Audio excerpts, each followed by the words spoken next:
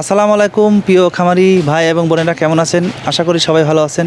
আপনাদেরকে প্রীতি এবং শুভেচ্ছা জানিয়ে শুরু করছি নতুন আরও একটি প্রতিবেদন। আজকে আপনাদের নিয়ে এসেছি পাবনা জেলা চাটমোর থানা মহরমখালীতে। এখানে একজন উদ্যোক্তা, তিনি ছাদের পরিত্যক্ত জায়গাতে গড়ে তুলেছেন একটি কবুতরের খামার। তিনি একজন সেনা কর্মকর্তা ছিলেন। অবসর সময়ে তিনি বসে না থেকে এই কবুতরের খামার গড়ে তুলেছেন। আজকে আমরা তার কাছে জানবো তার এই খামারে কতগুলো কবুতর রয়েছে, কি কি জাতের কবুতর রয়েছে, কতগুলো বাচ্চা পাচ্ছেন, রোগ হলে তার কি ট্রিটমেন্ট করছেন, কবুতর পালন করতে কি পরিমাণে কবুতরকে সময় দিতে হয়, কবুতর পালনের ক্ষেত্রে কি কবুতর দিয়ে প্রথমত শুরু করলে ভালো হয়, কবুতর পালনে আয় আছে কিনা, কবুতর পালন কেমন পরিমাণে সময় দিলে কবুতর পালন থেকে আয় করা সম্ভব হয়, এই খামারের কাছে জানার চেষ্টা করব। এরকম আরও ছোটোখাটো টুকিটাকি বিষয় নিয়ে পূর্ণাঙ্গ একটি প্রতিবেদন তৈরি করব আপনাদের মাঝে। আশা করছি সম্পূর্ণ প্রতিবেদন জুড়ে আপনারা আমার পাশে থাকবেন। তো কথা বারবার চলে যাবে এখন সরাসরি এই খামারের কাছে। এই খামারটি সম্পর্কে বিস্তারিত নিজে জানবো এবং আপনাদের জানানোর চেষ্টা করব।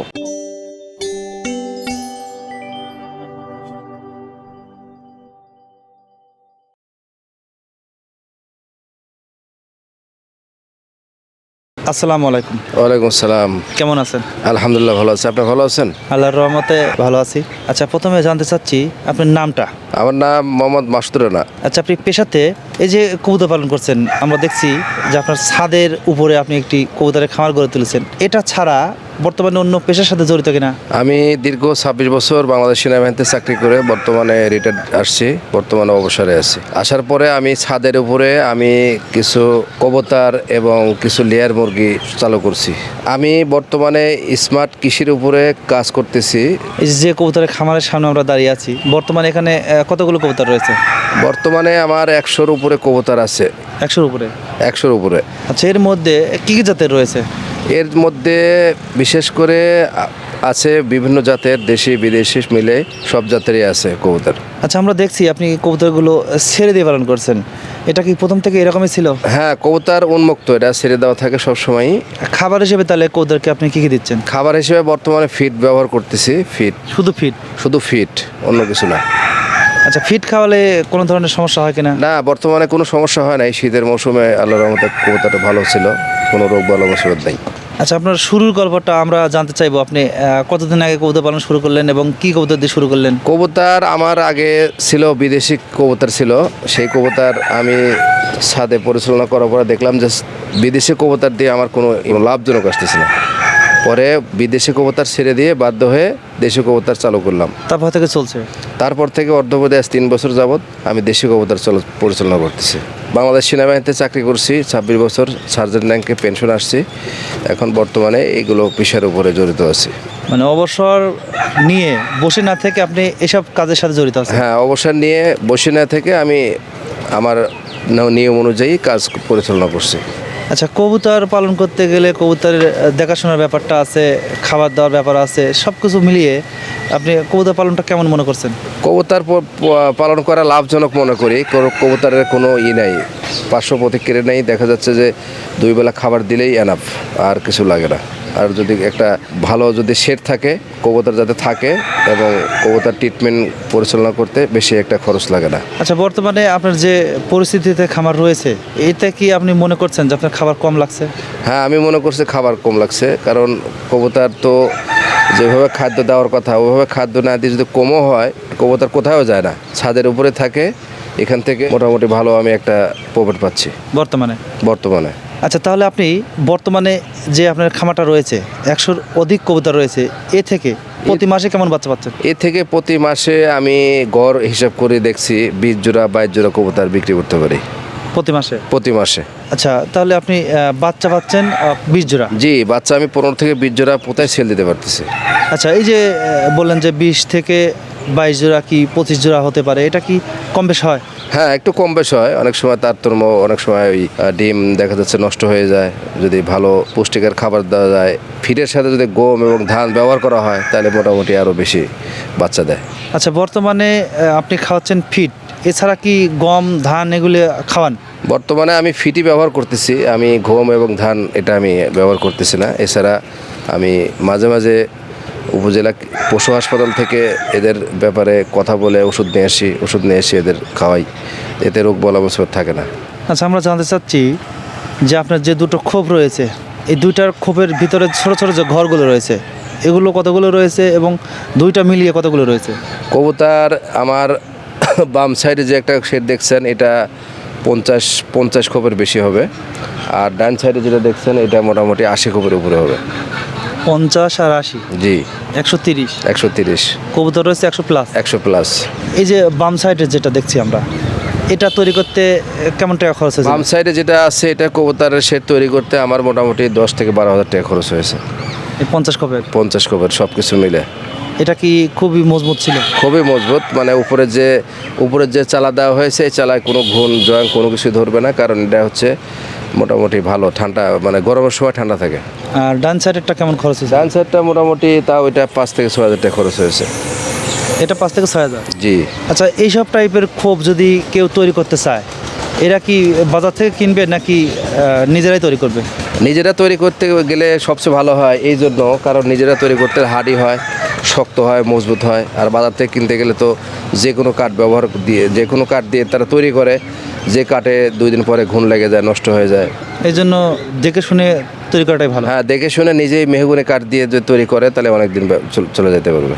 আচ্ছা, নতুন যারা উদ্যোক্তা তারা কি কবুতর দিয়ে শুরু করবেন? নতুন যারা উদ্যোক্তা, আমি মনে করি নতুন উদ্যোক্তারা যারা বাচ্চা একটু বড় বাচ্চা নিয়ে যায়, তারা যদি মনে করে যে বাচ্চা কিনে চালু করবে, তারা আমি মনে করি এটাই সবচেয়ে ভালো হয়। পুষি পালন করলে এটা কোথাও যায় না, বাড়িতে থাকে এবং তাড়াতাড়ি বড় হয়ে যায়। আচ্ছা, আপনি কবুতর পালন করছেন তাহলে 3 বছর। আমি 3 বছর যাবৎ পালন করছি। আমি শুরুতেই বাচ্চা কিনেছিলাম 10 জোড়া। ওই 10 জোড়া বাচ্চা থেকে আমার আর কোথাও কিনা লাগে না, এটা দিয়ে আল্লাহর রহমতে ওখান থেকে আমার শুরু হচ্ছে। আচ্ছা, এই যে 3 বছর যাবৎ কবুতর পালন করছেন, কবুতরের তো অনেক রোগ ব্যাধি হয়ে থাকে, তো আপনার খামারে কোনো ধরনের রোগ ব্যাধি আক্রমণ না, করছে আমার না? খাবারে কোনো রকম রোগ বা নাই। কি জন্য? আমি সবসময় পরিষ্কার পরিচ্ছন্ন রাখি এবং আমার এখানে মোটর আছে, আমি সবসময় পানি দিয়ে ধুয়ে এবং কোনো ময়লা থাকে না। কবুতর যে হাগলে যে গু হয়, এই গুগুলো সহ আমি পরিষ্কার করে দিই সবসময়। আচ্ছা, তাহলে মূলত কি আমরা বলবো যে যারা কবুতর পালন করতে চাচ্ছেন তারা পরিষ্কার পরিচ্ছন্নতা রাখলে রোগ থেকে অনেক মুক্তি পাবে? জি, যদি যে কোনো খামারে যদি পরিষ্কার পরিচ্ছন্ন রাখে, আমি মনে করি সেই খামারে রোগ বংশপাত খুব কম হবে।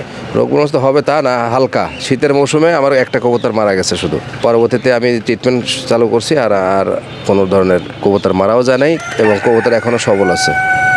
তাহলে বুঝলাম যে সম্পূর্ণ যে শীত গেল, এই শীতে আপনার কবুতর শুধুমাত্র একটা মারা গেছে? হ্যাঁ, শুধুমাত্র একটা কবুতর মারা গেছে, আর কোনো কবুতর মারা যায়নি।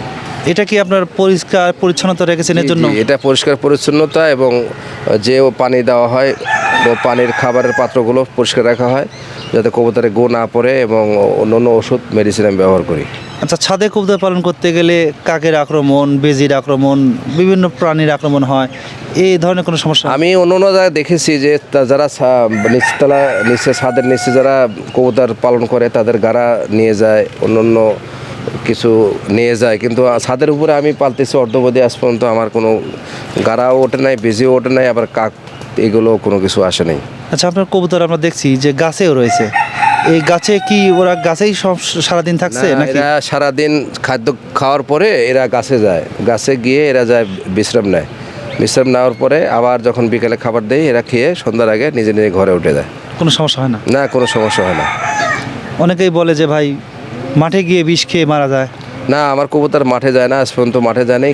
ছাদের খাবার দেই, খাবার খেয়ে গাছে রেস্ট করার পরে আবার বিকালে সন্ধ্যার আগে খাবার দেই। ওই খাবার খেয়ে তাদের যার ঘরে গিয়ে তারা রেস্ট নেয়। আচ্ছা, আমরা দেখছি আপনার একটি ছাদে মোরগ রয়েছে। জি, এই মোরগটা ছেড়ে দিয়ে রেখেছেন, কবুতরের কোনো ক্ষতি, ঠোক মুখ কোন ধরনের কোনো সমস্যা করে কিনা? আমার এই কবুতরের পাশাপাশি আমি টাইগার কিছু মুরগি ছিল, আমার অনেকগুলো মুরগি ছিল যার ওজন ছিল 5 থেকে 7 কেজি। বর্তমানে একটা মোরগ আছে, তার ওজন হচ্ছে 8 কেজির প্লাস। 8 কেজি? 8 KG plus. এই মোরগটা এখানে রাখি এই জন্য, এই কবুতর পালন করতে গেলে বিভিন্ন ধরনের কাঠবিড়ালি দেখা যাচ্ছে কবুতর ডিম খাইতে চায়। এই টাইগার মোরগটা কি করে, এই আপনার ওই যেগুলো আছে দুষ্কৃত যেগুলো আছে আপনার কাঠবিড়ালি, আবার কাক, এইগুলো থেকে এই মোরগটা আমাদের সেফ রাখে, কবুতরগুলো সেফ রাখে। সেভ করে? জি, সেভ করে। তাহলে তো সুন্দর একটা নতুন পরামর্শ দিলেন। হ্যাঁ, নতুন পরামর্শ। অনেক সময় বিড়াল আক্রমণ করে, বিড়ালকে এই মুরগি কী করে, বিড়ালকে প্রতিহত করে। আচ্ছা, কবুতর পালনের ক্ষেত্রে যারা বাণিজ্যিকভাবে করতে চায় তারা মূলত কি কবুতর দিয়ে প্রথমত শুরু করবেন এবং কিভাবে শুরু করলে তাদের? যারা কবুতর বাণিজ্যিকভাবে আপনারা ছাদের উপর করবেন, তারা যদি ঠিকমতো অল্প পরিসরে শুরু করলে পরবর্তী দেখা যাচ্ছে ছাদের উপর করলে একটা ঘর, যদি আমার যে ঘরটা করেছি আমি অ্যাঙ্গেল দিয়ে, আমার 2000 স্কোয়ার ফিট বিল্ডিং, তার 1000 স্কোয়ার ফিটে আমি টিন দিয়ে মজবুত করে অ্যাঙ্গেলের মাঝখানে আমি বাঁশ দিয়ে আমি তৈরি করেছি, এবং আউট অফ সাইডে আমি কবুতর পালনের জন্য খোলা রেখেছি। আচ্ছা, এতে যারা পালন করতে ইচ্ছুক তারা কি অনায়াসে দেশি কবুতর দিয়ে শুরু করতে পারবে? জি জি, যারা পালন করতে ইচ্ছুক দেশি কবুতর দিয়ে শুরু করলে তাদের সবচেয়ে লাভ হবে বেশি। এবং আমি এছাড়াও কবুতর পালন করলে নিজেরাও খাওয়া যাচ্ছে, দেখা যাচ্ছে যে আবার বাজারে বিক্রি হচ্ছে, অনেক লাভ আছে। এবং নিজেদের ফ্যামিলি পারপাস অনেক সময় দেখা যাচ্ছে যে মেহমান আসলে কবুতর জবাই করে তাদের আমন্ত্রণ করা যাচ্ছে, এটা অনেক সুবিধা আছে। আমিষের চাহিদাটা পূরণ হচ্ছে। জি, আমিষের চাহিদা পূরণ হচ্ছে, মানে কারোর কাছে যাওয়া লাগতেছে না, নিজের সব কিছু থাকলে সুবিধা হয়। আচ্ছা, এই খামারটা নিয়ে আপনার ভবিষ্যতে কোনো চিন্তা ভাবনা করছেন কিনা? আমার ভবিষ্যতে আমি আরও বেশি পরিসরে খামার তৈরি করব, আমার এরকম ধরনের প্রত্যাশা আছে।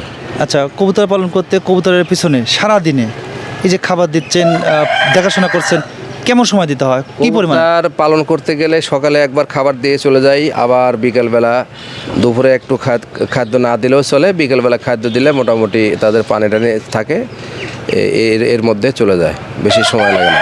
কি পরিমাণে সময় লাগে, কত ঘন্টা? কত ঘন্টা? সকালবেলা আমি আধা ঘন্টা সময় দিই কবুতরের পিছনে, আর সন্ধ্যার সময় আধা ঘন্টা সময় দিই, হয়ে যায়? এতে হয়ে যায়, 1 ঘন্টা সময় হয়ে যায়। আচ্ছা, কবুতর পালন সম্পর্কে আমাদের অনেক তথ্য দিলেন, সেজন্য আপনাকে ওয়ার্ল্ড সাপ্লাই টি2 চ্যানেলের পক্ষ থেকে ধন্যবাদ জানিয়ে বিদায় নিচ্ছি। ভালো থাকবেন, আসসালামু আলাইকুম।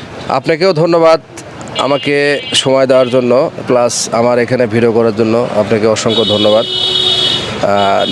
নেক্সট ভিডিও আপনার থাকবে, আমার একটা লেয়ারের খামার আছে, খামারের উপর একটা প্রতিবেদন আপনার কাছে আশা করি আমরা। আচ্ছা, আমরা চাই যে আমার যে কৃষি তত্ত্ব ইউটিউব চ্যানেলটা রয়েছে সেটাতে আপনার মুরগির ভিডিওটা দেব, এবং আপনার যেগুলো চাষ করে আসছেন সেগুলোর ভিডিও ইনশাআল্লাহ দর্শকরা পেয়ে যাবে। এছাড়া আমার ক্যাপসিকাম মরিচ আছে, প্রতি এক টমেটো আছে, এবং আমার একটা ছাদের উপরেই একটা লেয়ারের খামার করেছি, যা মানুষ নিচে মাটির উপরে যেভাবে সিস্টেম করা হয় ওইভাবে আমি সিস্টেম করে একটা লেয়ারের খামার উপরে দিয়েছি। এটা মোটামুটি দেখার মতো, যদি আপনাদের মন চায় তাহলে আমার ভিডিও দেখে আপনারা করতে পারেন। বিদায় নেব মাসুদ ভাইয়ের এই দেশি কবুতরের খামার থেকে। যদি আমাদের ভিডিওটি ভালো লাগে লাইক করবেন, কমেন্ট করবেন, শেয়ার করবেন এবং সাবস্ক্রাইব করে আমাদের চ্যানেলে অ্যাড হয়ে থাকবেন। দেখা হচ্ছে নতুন কোনো খামার নিয়ে, সে পর্যন্ত ভালো থাকবেন, সুস্থ থাকবেন, আল্লাহ হাফেজ।